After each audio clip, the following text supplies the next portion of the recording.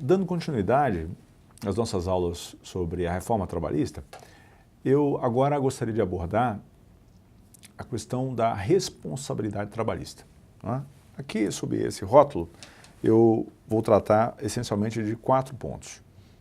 Vamos falar de grupo econômico, sucessão, sócio retirante e terceirização. Né? São 4 tópicos, entre os quais, naturalmente, o que sobressai é o tópico da terceirização, que foi objeto de uma lei nova, a Lei 13.429, que veio a ser alterada pela Lei 13.467. Muito bem. Começando pela questão do grupo econômico, a matéria encontra-se regida pelo artigo 2º, como sabem. E esse dispositivo foi alterado pela Lei 13.467 em 2 pontos. O parágrafo 2º mudou a redação e houve o acréscimo de um parágrafo 3º. Para que possamos entender essas mudanças, é preciso ter em conta uma diferenciação muito comumente feita pela doutrina e pela jurisprudência entre os chamados grupos econômicos verticais e os grupos econômicos horizontais. O critério distintivo é o da hierarquia entre as empresas que compõem o grupo. O grupo econômico vertical é o grupo econômico clássico. É aquele em que há uma empresa mãe, uma empresa líder no topo e que dirige as atividades dos demais integrantes. Essa empresa é a holding, enfim, é a empresa que vai subordinar as demais. Mas haveria também a possibilidade dos chamados grupos econômicos horizontais, isto é, aqueles em relação aos quais não há uma relação hierárquica entre os integrantes. Nós temos as empresas, vamos dizer assim, alinhadas no mesmo patamar. Elas atuam de forma conjugada, coordenada. Então, os grupos econômicos verticais são aqueles formados por subordinação e os horizontais são aqueles formados por coordenação. Muito bem, e qual é a novidade aqui trazida pela lei? Bom, primeiro, admite-se expressamente agora a formação de grupos econômicos horizontais. Isso está explícito com a redação que foi trazida para o parágrafo 2º. Então, agora se menciona expressamente a possibilidade de se considerar grupo econômico esse conjunto de empresas que guardam autonomia entre si. Ou seja, é o grupo econômico horizontal. Mas para que essas empresas possam ser consideradas parte de um grupo econômico horizontal, é necessário avaliar algumas condições que o parágrafo 3º indica.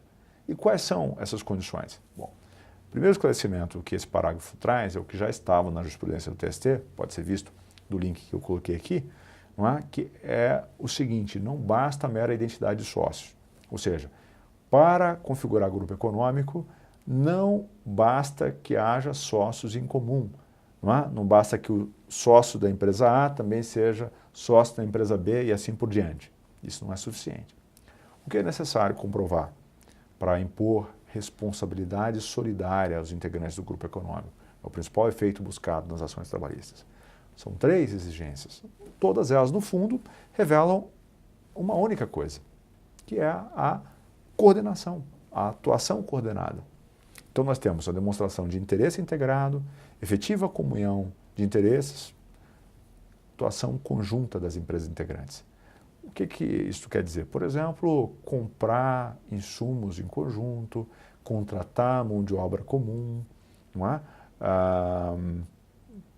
enfim, o que revela uma atuação coordenada.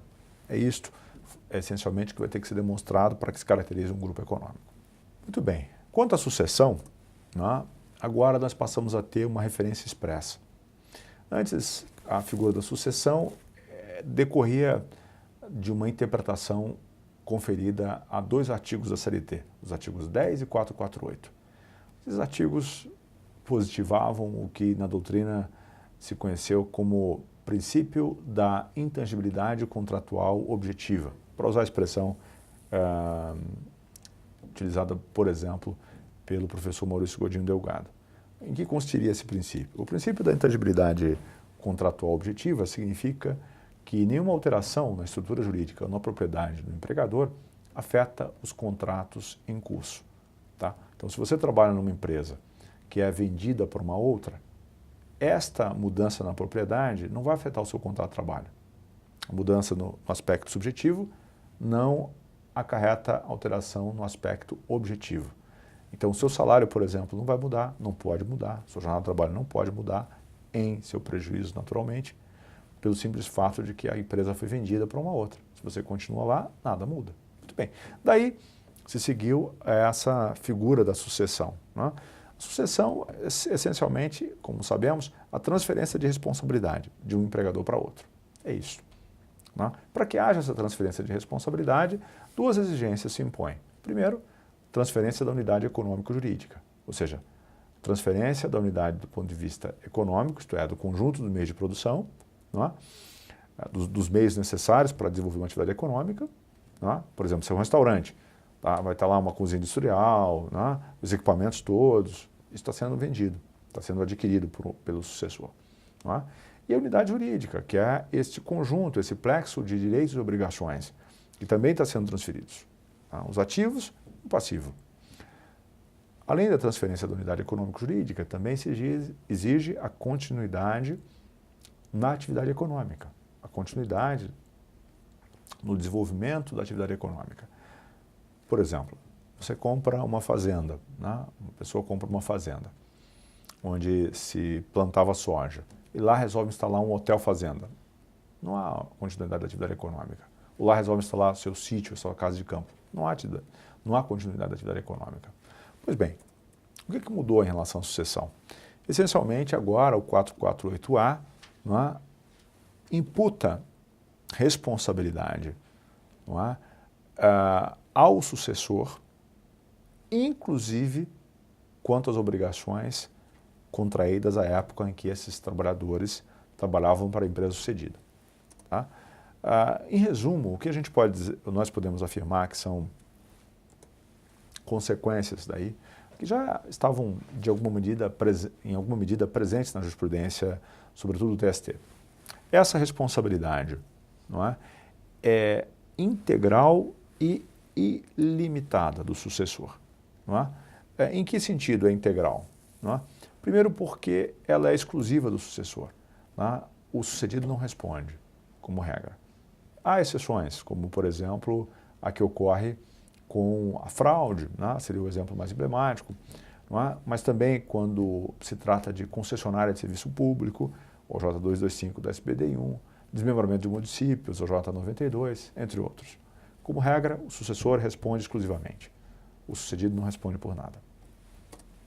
Além disso, a responsabilidade é ilimitada, o que significa dizer que ela alcança todos os direitos decorrentes daquele contrato de trabalho. Então, o sucessor vai responder por tudo, não só pelas obrigações trabalhistas em sentido estrito, mas também, por exemplo, por uma eventual indenização por danos morais e materiais, decorrente de um acidente de trabalho que tenha ocorrido antes, de um assédio moral, que muitas vezes não é percebido. Né? Aí, eu diria que cresce bastante a complexidade, né, da chamada due diligence, né, dessa avaliação aí dos riscos nessa operação de aquisição, né, de uma empresa já existente. A ilimitação aqui diz respeito ao objeto, em primeiro lugar, todos os direitos, mas também, em segundo lugar, quanto ao tempo. E é nisso que a CLT agora torna explícita a regra já presente na jurisprudência. Quanto ao tempo, isso significa o seguinte: o sucessor vai responder por tudo, todas as obrigações, tá? Inclusive quanto àquelas do período anterior ao início da sua atividade econômica, ou seja, antes da sucessão. Então, se o sujeito trabalhou na fazenda por 20 anos, tá? Vem um novo proprietário, compra a fazenda, e esse peão, esse capataz, por exemplo, presta serviço por um mês apenas, e depois ingressa com uma ação trabalhista. Ele pode pleitear os direitos relativos a todos esses 20 anos. Claro que há prescrição, né? Na época em que a prescrição do FGTS era trintenária, antes da alteração da súmula 362 pela jurisprudência do TST, perdão, do STF, não é? Era um exemplo que eu costumava citar, né? de uma obrigação que poderia ser cobrada até mesmo 20 anos antes, né? Até 30 anos antes, enfim. Então, não há limitação temporal. Todo esse período vai ser considerado. Muito bem, uma mudança que foi importante, certamente, para estabelecer critérios específicos, é aquela introduzida pelo artigo 10A, né, acrescido pela Lei 3.467. De que trata o artigo 10A? Da figura do sócio retirante. E aqui delimita, né, a responsabilidade que pode ser imputada ao sócio que se retira de uma sociedade. Né? Claro que aqui nós estamos falando de situações que vão envolver, por outro lado, uma discussão sobre a desconsideração da personalidade jurídica, para que se possa chegar ao patrimônio do sócio. Mas nós não vamos entrar, nesse momento pelo menos, no debate sobre a própria desconsideração em si. Eu gostaria de apenas apresentar as diretrizes que podem ser depreendidas do artigo 10A novo da CLT. Bom, primeiro é preciso diferenciar, melhor dizer que há uma distinção de tratamento entre o Código Civil, artigos 1003 e 1032, e o artigo 10A da CLT. E aqui eu gostaria de sumarizar as principais diferenças. Primeiro, nos artigos do Código Civil, a responsabilidade sócio-retirante é, em regra, solidária. Já no direito do trabalho, essa responsabilidade é como regra subsidiária. Só vai ser solidária, excepcionalmente em caso de fraude. Segundo, quanto ao prazo, no Código Civil nós temos que o sócio-retirante responde pelas obrigações contraídas nos 2 anos posteriores à averbação da alteração societária. Já no direito do trabalho, ele responde pelas ações ajuizadas nos 2 anos subsequentes à averbação. Tá? Importante, é claro, destacar que a averbação é necessária tanto lá no direito civil quanto aqui. E a partir daí se considera a formalização deste ato de alteração societária. Muito bem. E onde é que, como se dá essa distinção em relação ao prazo? Bom, no direito do trabalho, aqui nós não vamos considerar as obrigações contraídas nesse período de 2 anos depois. Nós vamos considerar as ações ajuizadas. Então, se nós tivermos uma ação ajuizada 5 anos depois, mesmo que considerando o prazo prescricional ela alcance obrigações contraídas nesses 2 anos subsequentes à averbação, elas não estariam alcançadas por essa responsabilidade imputável ao sócio retirante. Então, nós temos que considerar as ações ajuizadas nesse período, tá? E não propriamente as obrigações contraídas nele. É essa a distinção fundamental que existe aqui. Para dar um exemplo, imagine que a averbação tenha ocorrido em 2015. Tá? De acordo com a antiga interpretação que se dava essa matéria, tá? Vamos supor que nós tivéssemos, o sócio saiu em 2015, tá? Ocorria um acidente de trabalho no final desse período de 2 anos, 2017, um acidente de trabalho. Se esse trabalhador continua lá na empresa, ele tem 5 anos para propor. Então, nós chegaríamos até o ano de 2022. Então, em 2022, ele propõe uma ação e, com o lapso prescricional retroativamente projetado, nós chegaríamos ao período alcançado pela responsabilidade.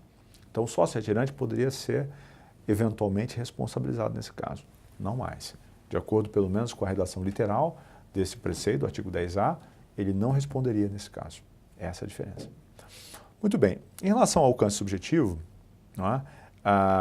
aqui uma mudança fundamental é que diz respeito à ordem de preferência. O artigo 10A estabelece uma ordem de preferência. Primeiro, a execução deve se voltar contra a empresa. Depois, desconsiderada a personalidade jurídica contra os sócios atuais. E, em terceiro e último lugar, não obtendo os meios necessários para quitar essas obrigações, aí sim os sócios retirantes poderiam ser alcançados. Essa mudança é muito importante, inaugura uma ordem de preferência, portanto. Em relação ao alcance objetivo, todas as obrigações trabalhistas da sociedade vão ser passíveis de imputação de responsabilidade ao sócio retirante, desde que respeitado esse lapso aqui mencionado de 2 anos, para a propositura das ações. Muito bem. E assim nós chegamos ao tema mais importante, da nossa aula de hoje, que é o tema da terceirização. O meu desafio aqui é, de forma muito objetiva, transmitir as principais alterações ocorridas. Não é? Claro que nós vamos precisar contextualizar o que ocorreu aqui. Não é? Começamos ressaltando que houve uma evolução normativa. Não é? A evolução normativa que partiu, em primeiro lugar, de marcos jurisdicionais. Né? Esses marcos jurisdicionais, súmulas do TST, na verdade atuavam como referências, por assim dizer, normativas. A primeira delas era a súmula 256, que adotava uma posição bem restritiva, segundo a qual a terceirização só poderia ser admitida nas hipóteses fixadas em lei. E quais eram elas? Trabalho temporário e serviço de vigilância. Então a antiga súmula 256, já cancelada, dizia isto: terceirização só em duas situações, as previstas em lei. Temporário, trabalho temporário, da Lei 6.019, e serviços de vigilância. A súmula 256 foi então cancelada e substituída pela conhecida súmula 331. A súmula 331 ampliou o objeto da terceirização. O objeto, vamos dizer assim, terceirizável, né? Para usar um neologismo. Além do trabalho temporário, do serviço de vigilância, se acrescentaram as referências ao serviço de limpeza e aos serviços especializados ligados à atividade de meio.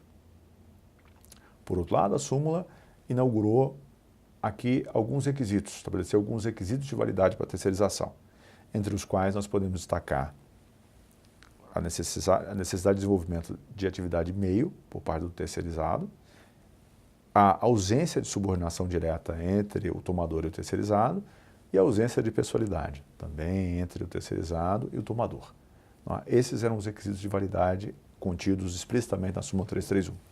Pois bem, agora, muito recentemente, ainda no ano de 2017, nós vimos nascer um novo marco, que foi a Lei 3.429. Essa lei admitia expressamente a possibilidade de terceirização em serviços determinados, específicos, em qualquer ramo. Né?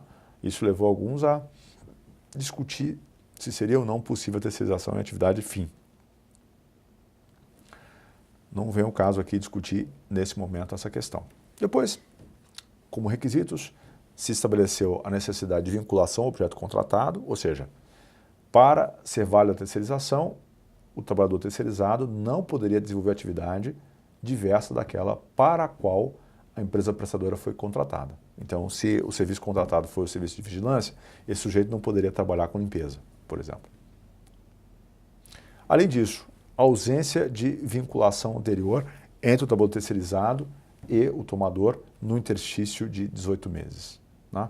Uma regra geral, depois vamos explicar as especificidades. Quais foram as novidades trazidas pela nova lei? A Lei 3.467, que também modificou a Lei 6.019, é importante esclarecer que ambas, 3.429 e 3.467, alteraram a Lei de Trabalho Temporário, 6.019, para trazer essa nova figura, né, para dentro da Lei 6.019. Pois bem, a Lei 3.467 alargou o objeto ainda mais e explicitamente admitiu a execução, a transferência, né, a terceirização de quaisquer das atividades do tomador, inclusive a principal. Inclusive a principal. Isso é o que está na lei. Se isso vai ser referendado pela jurisprudência, o Supremo dirá. A matéria está lá presente no Supremo. Eu vou antecipar mais adiante quais são as minhas, vamos dizer assim, suspeitas, não é? O que eu imagino que deve ocorrer, mas adiante eu falo sobre isso. Além de alargar o objeto, a lei nova trouxe requisitos novos. Tá? Que requisitos seriam esses? Primeiro, a questão da capacidade econômica da parte contratada. Tá? Então, é preciso considerar, agora, de acordo com digitamos a nova lei, que a capacidade econômica pode, ou tende a ser vista como um requisito de validade mesmo. Nós veremos quais são as consequências de estabelecer essa premissa. Em segundo lugar, nós temos também aqui, tal como ocorreu com a Lei 3.429, a necessidade de vinculação ao objeto contratado e a ausência de vinculação anterior com o trabalhador terceirizado, no período de 18 meses. Veremos como isso funciona. Muito bem. Para entender as novas regras, é preciso considerar que, de acordo com a súmula 331, até aqui ainda não alterada, A terceirização era vista como excepcional. A regra seria a contratação direta. Sendo excepcional a terceirização, ela só poderia ser admitida nas hipóteses e condições fixadas pela súmula 331, entre as quais nós tínhamos que respeitar esses requisitos já mencionados. Atividade de meio, ausência de subordinação e ausência de pessoalidade. Muito bem, agora mudaram essas premissas sensivelmente. Como disse, a Lei 3.467, sobretudo, tornou explícita a possibilidade de contratação em qualquer ramo e mesmo para atividades finalísticas, para atividade principal. Respeitadas algumas condições, e aí eu gostaria de tratar delas. Não sei antes só fazer uma rápida alusão. A Lei 3.429 preferia definir as figuras do prestador de serviços, que chamava de contratante, e do tomador de serviços. Perdão, prestador de serviços, contratado, e tomador de serviços, contratante. Então definia, prestador de serviço, a pessoa jurídica, de direito privado, destinada a contratantes de serviços específicos determinados. O tomador de serviços, a parte contratante, seria a pessoa física ou jurídica que se abre o contrato com a empresa e aí segue. Muito bem, a nova lei 3.467 preferiu definir a relação jurídica e não os sujeitos, o que de fato é mais técnico. Então definiu um novo contrato, que é o contrato de prestação de serviços a terceiros. Esta é a definição técnica, a terminologia utilizada pela legislação. Contratação de serviços a terceiros. E o que seria isso? Transferência feita pelo contratante da execução de quaisquer de suas atividades, inclusive a principal, a pessoa jurídica de direito privado, prestador de serviço que possua capacidade econômica compatível com a sua execução. Então agora se define a relação. Veremos quais são aqui os requisitos para que isso possa ser admitido. Muito bem. Uma regra importante surgida com a nova lei é a regra segundo a qual deve ser respeitada a isonomia de direitos entre os trabalhadores terceirizados e os trabalhadores que integram o corpo permanente do tomador de serviço ou do contratante. Essa isonomia é reconhecida quanto a alguns pontos. Quais são eles? Primeiro, alimentação, quando é oferecida em refeitórios, se não é possível, evidentemente não seria possível, antes, não é agora muito menos, privar, por exemplo, os terceirizados do acesso ao refeitório. É uma regra de isonomia razoável. Serviços de transporte, então o TST, para usar um exemplo interessante, o próprio TST, segundo anunciou o ministro Ives, presidente do tribunal, passou a ter que contratar um serviço de transporte para, ou melhor, alargar a sua frota, transporte para atender também os terceirizados que trabalham lá no TST e que eventualmente têm que ser conduzidos até a rodoviária, por exemplo. Atendimento médico ambulatorial, existente nas dependências do contratante ou local designado. Aqui, novamente, o exemplo do TST também é interessante. O serviço médico do TST antes só atendia os servidores, agora vai passar a atender para situações específicas de atendimento, lá na eventual emergência, enfim, vai atender também os terceirizados. Depois, treinamento adequado para execução das suas atividades para as quais foram contratados e proteção à saúde nas instalações do empregador, o que também é uma regra de bom senso. Por outro lado, de forma facultativa, poderiam ainda ser concedidos aos trabalhadores terceirizados. Primeiro, o chamado salário equitativo. Em que consiste o salário equitativo? O salário equitativo é um direito previsto no artigo 12, a linha A da Lei 6.019, destinado inicialmente aos trabalhadores temporários. É o direito de receber o mesmo salário, vamos simplificar dessa forma, que os trabalhadores do corpo permanente, do tomador de serviços.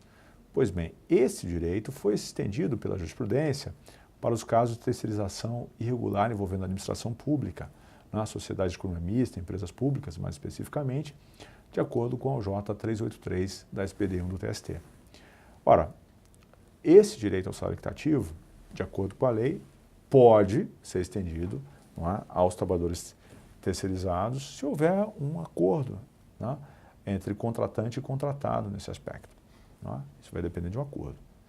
Depois, uma regra muito específica em relação aos contratos que impliquem mobilização de 20% ou mais dos empregados a contratante Aqui vai se estender também serviço de alimentação, atendimento ambulatorial, não é? Com um igual patamar de atendimento, né? Entre terceirizados e empregados do corpo permanente. Isso também é facultativo, né? Vamos chamar assim. É uma regra dispositiva, não uma regra imperativa. Muito bem. Adiante, uma observação que me parece relevante ser feita, né, é esta em torno das restrições que já estavam na Lei 13.429 e foram mantidas na Lei 13.467. Restrições quanto à prestação de serviço por parte do terceirizado anteriormente ao tomador de serviço de outra forma. Então, fundamentalmente, são duas regras aqui. Primeiro, tá, os sócios da empresa prestadora de serviços contratada não podem ter prestado serviços a contratante na qualidade de empregados ou trabalhadores sem vínculo empregatício nos últimos 12 meses. Perdão, nos últimos 18 meses. Ressalvada a situação dos aposentados. Então, se entre os sócios da empresa contratada, né, houver quem tenha prestado serviços, seja na condição de empregado, seja na condição de trabalhador eventual, até mesmo eventual talvez se possa considerar, não é? Nos últimos 18 meses, trabalhador intermitente, enfim, 18 meses, haverá o reconhecimento de uma irregularidade aqui, que pode ter consequências como, por exemplo, do reconhecimento do vínculo direto com o tomador. Além disso, ex-empregados não vão também, durante esse mesmo exercício de 18 meses, não vão poder prestar serviço à mesma empresa na qualidade de empregado do prestador de serviços. Tá? Então, ex-empregados depois não podem ser contratados como terceirizados, não é? Nesse lapso de 18 meses. Essa é uma restrição importante. Há uma expressa possibilidade de subcontratação, prevista já desde a Lei 3.429, né, que alguns qualificam como quarteirização. Eu não vou entrar nas discussões sobre isso, mas é possível, então, haver a subcontratação, ou seja, a empresa terceirizada pode, por sua vez, terceirizar uma parte, não é, dos serviços contratados. E não há a possibilidade de reconhecimento do vínculo, né, entre o trabalhador terceirizado e a empresa contratante ou tomador de serviços. Não há como regra. Entretanto, desrespeitados os requisitos previstos, entre os quais aqui já mencionados, pode-se admitir o reconhecimento do vínculo e os seus consectários, o que envolve, por exemplo, o reconhecimento dos direitos relativos às normas coletivas da categoria do tomador, por exemplo, jornada de trabalho, entre outros. Né? Então, se, por exemplo, um banco contrata como terceirizado, né, alguém para uma jornada de 8 horas, né, e essa terceirização é considerada irregular, o reconhecimento do vínculo vai levar, por via de consequência, ao reconhecimento da jornada do bancário de 6 horas, prevista no artigo 224 da CLT. Quanto à questão da capacidade econômica, que é um tema que certamente vai levar a bastante discussão, a lei diz que a empresa contratada deve ter capacidade econômica compatível com os serviços contratados, cuja execução ela vai ser incumbida de realizar. Muito bem, e nesse aspecto, a lei já indica de plano quais são os parâmetros.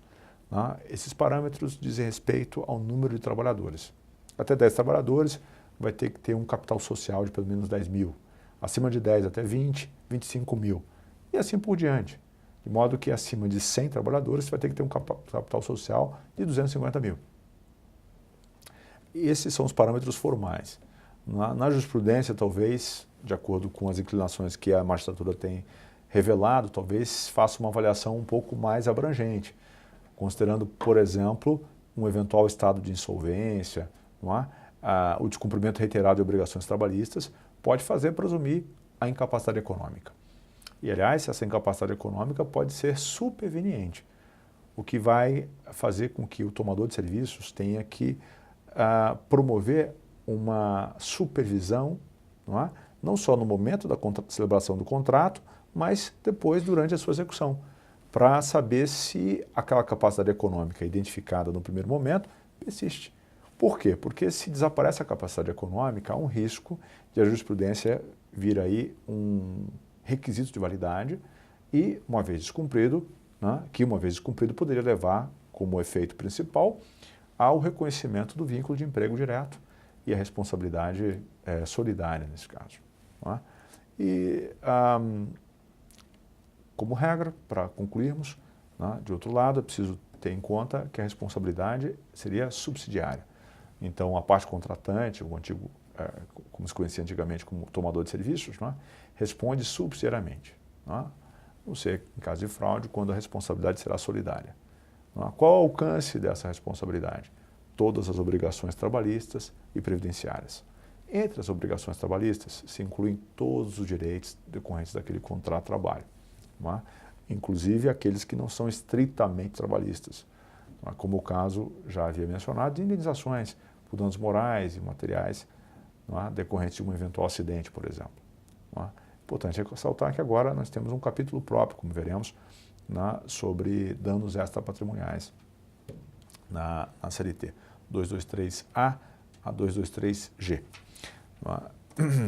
Bom, o contrato de prestação de serviços a terceiros vai exigir qualificação das partes, especificação do objeto, até para definir um eventual desvio, né, aí, de função, o prazo para realização do serviço e, obviamente, o valor. Não é?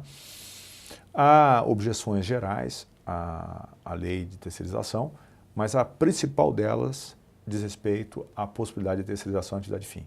E eu havia anunciado que iria apresentar quais seriam as possíveis inclinações da jurisprudência nesse aspecto. Bom, e o que eu devo dizer quanto a isso? Leiam, não é, o que o Supremo disse num voto da lavra do ministro Fux, não é, quanto à terceirização da administração pública. Não é? Eu trouxe aqui, no material que vai estar disponível, como podem ver aqui no slide, tá, a íntegra da ementa do ministro Fux nesse RE 760931. E eu vou destacar essencialmente o seguinte. Primeiro, no item A, o ministro Fux diz que a dicotomia entre atividade fim e atividade meio é imprecisa, artificial, ignora a dinâmica da economia moderna. Então, o que nós podemos ver aqui de plano? Que, com isso, o Supremo afasta essa premissa que havia sido destacada pela jurisprudência do TST. Importante ressaltar que no direito comparado é algo excepcional, né? Até onde eu sei, apenas a Venezuela tem um padrão semelhante. De todo modo, o Supremo parece que, com esse precedente, mostra uma inclinação no sentido de reconhecer a constitucionalidade das leis, né? Ou melhor, da Lei 13.467, no que trata de terceirização de atividade fim. Depois, no item 2, nós temos aqui a cisão de atividades entre pessoas jurídicas distintas não revela qualquer intuito fraudulento, consubstanciando estratégia garantida por diversos dispositivos constitucionais, enfim, de configuração das empresas. Então, retira da terceirização esta presunção de fraude. Né? Isso tem alguns impactos em relação ao ônus da prova, né? Mas eu prefiro não aprofundar nessa discussão agora, nos exigiria bastante tempo. E por último, né, uma última referência de que a terceirização não seria necessariamente maléfica, e aí que o ministro, inclusive, elenca 15, né, dos possíveis benefícios. Com isso, conclui que a terceirização não importa a precarização das condições de trabalho. Por que eu estou mencionando isso?